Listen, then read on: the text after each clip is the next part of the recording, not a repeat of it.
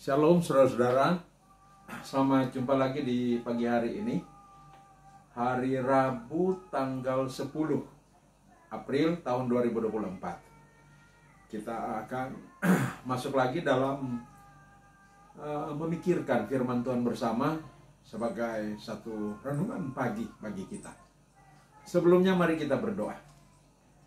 Tuhan, kembali lagi kami mempersembahkan pujian, pengagungan, pemuliaan kami kepadamu. Allah di atas segala Allah, Tuhan di atas segala Tuhan. Kau yang teragung, termulia, terbesar, terajaib, terdahsyat dalam hidup kami.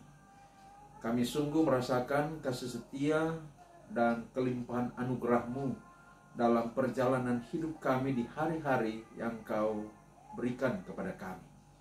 Dan ketika kami memasuki hari yang baru, hari ini Rabu, tanggal 10 April tahun 2024. Kami bersyukur untuk hari yang sudah lewat. Kami mau memulaikan hari ini dengan ada di hadirat-Mu Tuhan, memikirkan sejenak firman-Mu. Bimbinglah kami dengan Roh-Mu, ajari kami, isi hati kami, batin kami, pikiran kami, hidup kami dengan kebenaran firman-Mu. Berfirmanlah Tuhan, kami menyambutnya. Dalam nama Yesus kami berdoa. Amin. Saudara-saudara, teks firman yang hendak kita baca pada pagi hari ini yaitu masih dari Lukas 24. Dan kali ini kita akan membaca 3 ayat, yaitu Lukas 24 ayat 41, 42, dan 43. Saya bacakan bagi kita semua. Dan ketika mereka belum percaya karena girangnya dan masih heran, berkatalah ia kepada mereka, "Adakah padamu makanan di sini?" Lalu mereka memberikan kepadanya sepotong ikan goreng. Ia mengambilnya dan memakannya di depan mata mereka. Bapak Ibu Saudara-saudara, kemarin kita sudah melihat bahwa penginjil Lukas memaparkan narasi dalam perikop ini antara lain dengan tujuan untuk membuktikan kepada khalayak ramai pada waktu itu di abad pertama bahwa Yesus itu bangkit secara jasmani, bahwa tubuh Yesus itu memang bangkit. Kita juga sudah melihat Lukas perlu melakukan itu oleh karena ada beredar kabar bahwa Yesus betul memang bangkit, akan tetapi hanya rohnya yang bangkit, sedangkan tubuhnya tidak bangkit. Nah, maka penginjil Lukas mau mengcounter isu itu dengan menyodorkan bukti-bukti yang sahih, yang tidak terbantahkan, bahwa kebangkitan Yesus adalah kebangkitan tubuh, di mana tubuhnya bangkit, keluar dari kubur, dan hidup kembali, disaksikan oleh orang-orang. Dan bahkan Lukas mengatakan bahwa murid-muridnya diizinkan oleh Yesus yang menampakkan diri kepada mereka untuk meraba tubuhnya, melihat secara langsung dari jarak yang sangat dekat, bahkan meraba bahwa tubuhnya itu punya daging dan tulang. Dengan kata lain, tubuh Yesus itu adalah tubuh fisik, tubuh jasmani.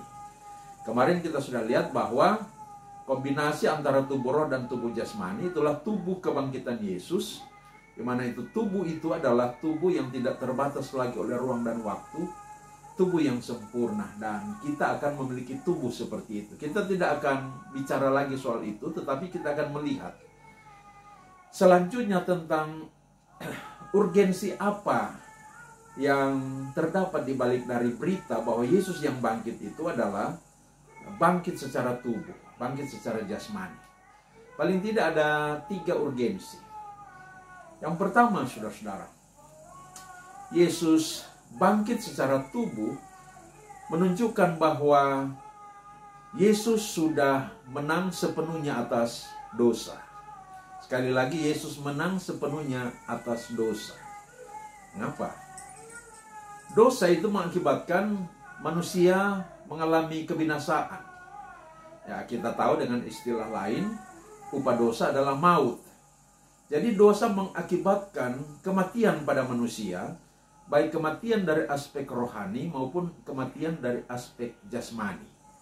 Nah, ketika Yesus mati dan bangkit secara jasmani, secara tubuh, maka berarti Yesus telah menang sepenuhnya atas dosa.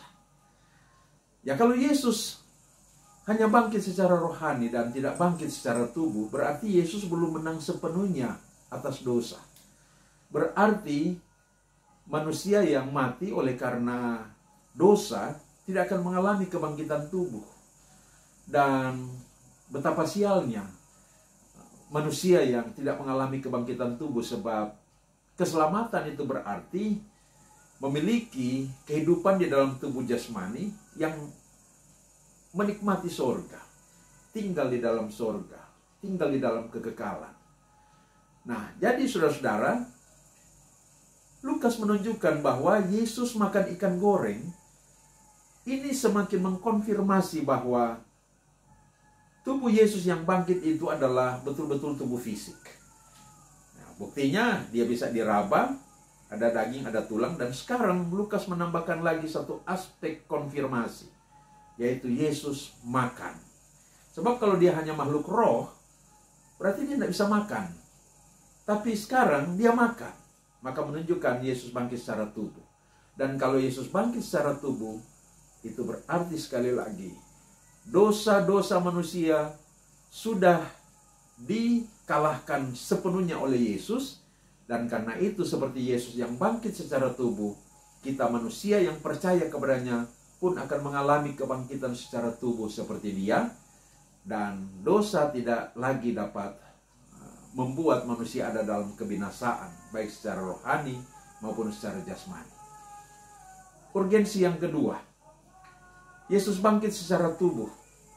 Itu berarti Yesus telah mengalahkan dosa yang membuat tubuh manusia itu binasa. Nah, itu berarti bahwa tubuh kita melalui kematian dan kebangkitan Yesus itu sudah dikuduskan oleh Yesus. Maka nanti memang ketika Yesus datang kedua kali, kita akan memiliki tubuh yang baru, tubuh yang adaptif seperti yang sudah kita pelajari kemarin, tubuh yang tidak terikat oleh ruang dan waktu, tubuh yang sempurna, tubuh yang kekal. Nah, oleh sebab itu saudara-saudara, sebelum kita ke sorga dan mengalami tubuh seperti itu, tubuh kita yang sudah dikuduskan dengan darah Yesus ini, yang sudah ditebus dari dosa melalui kematian dan kebangkitan Yesus, dipanggil untuk dipersembahkan bagi Allah. Nah, itulah juga yang dimaksud di dalam Roma 12 ayat 1 yang berkata bahwa persembahan yang benar itu adalah mempersembahkan tubuh menjadi persembahan yang hidup, yang kudus, yang berkenan kepada Allah. Dan itulah yang disebut sebagai ibadah yang sejati. Dengan kata lain, saudara-saudara, ketika kita menyadari bahwa Yesus sudah mati dan bangkit untuk menebus tubuh kita ini dari dosa, maka di sana ada panggilan agar supaya kita tidak lagi menghambakan tubuh kita ini kepada dosa. Agar supaya kita tidak dipakai lagi oleh kuasa dosa, oleh kuasa kegelapan, memperalat tubuh kita ini dengan kepentingan-kepentingan dosa dan kuasa kegelapan, dan menjadikan tubuh kita ini sebagai alat bagi kejahatan, alat bagi dosa, alat untuk menyenangkan hati iblis. Oleh karena kita sudah ditebus, tubuh kita ini sudah ditebus dari dosa oleh kematian dan kebangkitan Yesus, maka mari kita menghambakan tubuh kita ini kepada Yesus. Kita mempersembahkan tubuh kita ini kepada Allah dengan cara apa? Dengan cara menjadikan tubuh kita ini sebagai alat untuk melakukan hal-hal yang menyenangkan hati Tuhan, untuk melakukan kehendaknya, untuk melakukan misinya. Urgensi yang ketiga, saudara-saudara, Yesus bangkit secara tubuh menunjukkan bahwa persembahan tubuhnya di kayu salib itu diterima oleh Allah. Sebab kalau Yesus tidak bangkit, jadi dari mana kita tahu bahwa persembahan tubuh Yesus untuk menebus dosa-dosa kita itu diterima oleh Allah. Nah, karena Yesus bangkit, maka kita tahu berarti persembahannya itu berhasil, persembahannya itu diterima oleh Allah, dan dosa-dosa kita sudah ditebus lewat persembahan tubuh Yesus. Maka kita adalah orang-orang yang bersuka cita, yang mengalami keselamatan, kehidupan kekal, seperti yang dikatakan juga oleh Rasul Paulus dalam kitab Roma, tidak ada penghukuman lagi bagi orang yang percaya.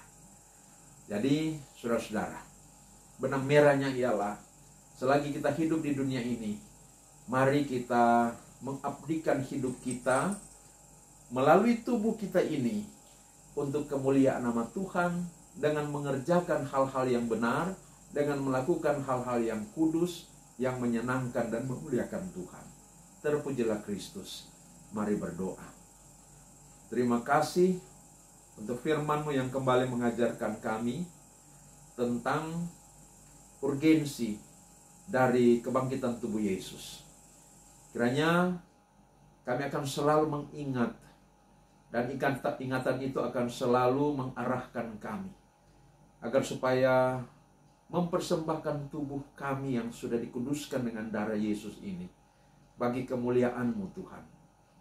Mampukan kami untuk tidak lagi menjadikan tubuh kami ini sebagai alat dari kuasa setan, alat untuk melakukan hal-hal yang berdosa, menjadi senjata kelaliman, menjadi senjata untuk melakukan hal-hal yang jahat bagi sesama kami. Melainkan oleh tuntunan kuasa Roh Kudus. Dan karena itu kami minta, ya Roh Kudus, penuhi kami, tinggal di dalam kami, bimbing kami, untuk senantiasa mengabdikan hidup kami, yaitu tubuh kami ini, menjadi alat bagi kemuliaan Tuhan. Dengan melakukan kehendak Tuhan, dengan hidup saling mengasihi satu dengan yang lain, hidup mengasihi Tuhan dengan beribadah kepada Tuhan, dan hidup menyenangkan hati Tuhan dengan melakukan semua firman kehendak Tuhan yang Tuhan ajarkan kepada kami. Kami praktekkan dalam hidup kami setiap hari. Terpujilah nama-Mu ya Tuhan. Sertai kami di sepanjang hari ini dalam segala aktivitas kami. Jauhkan kami dari segala macam mara bahaya, malapetaka, kecelakaan, sakit, penyakit, dan dari segala yang jahat. Berkati kami yang berjuang untuk menghidupi kehidupan keluarga kami. Berkati anak-anak kami yang berjuang di dalam studi, beri keberhasilan, beri kesuksesan. Mereka sementara dalam masa liburan, oleh karena ada cuti bersama dalam rangka perayaan Hari Raya Agama Umat Muslim. Karena Tuhan memampukan mereka untuk mengisi waktu-waktu libur ini dengan hal-hal yang bermanfaat bagi mereka. Dan tentu kami menyadari peranan kami sebagai orang tua untuk maksud-maksud Tuhan itu. Terima kasih Tuhan. Kalau ada yang sedang di dalam pergumulan, mungkin sakit, mungkin dalam kelemahan, dalam pemulihan, kami mohon di dalam nama Tuhan Yesus, Tuhan jamah, sembuhkan, pulihkan. Yang lemah Tuhan jamah dan kuatkan. Yang dalam persoalan Tuhan campur tangan, beri hikmat sehingga menemukan solusi. Yang sedang bersyukur oleh karena berkat, oleh karena ketambahan usia, Tuhan berkati semua kebersyukuran mereka, dan tetaplah mereka hidup dalam pemeliharaan Tuhan. Terpujilah nama-Mu ya Tuhan. Ini doa kami. Di dalam nama Tuhan Yesus kami berdoa. Haleluya. Amin. Demikian program Renungan Pagi di hari ini. Saudara-saudara, jangan lupa yang belum kiranya dapat berkenan menekan tombol subscribe-nya. Sampai jumpa pada edisi yang berikut. Selamat pagi, Tuhan memberkati kita semua. Amin.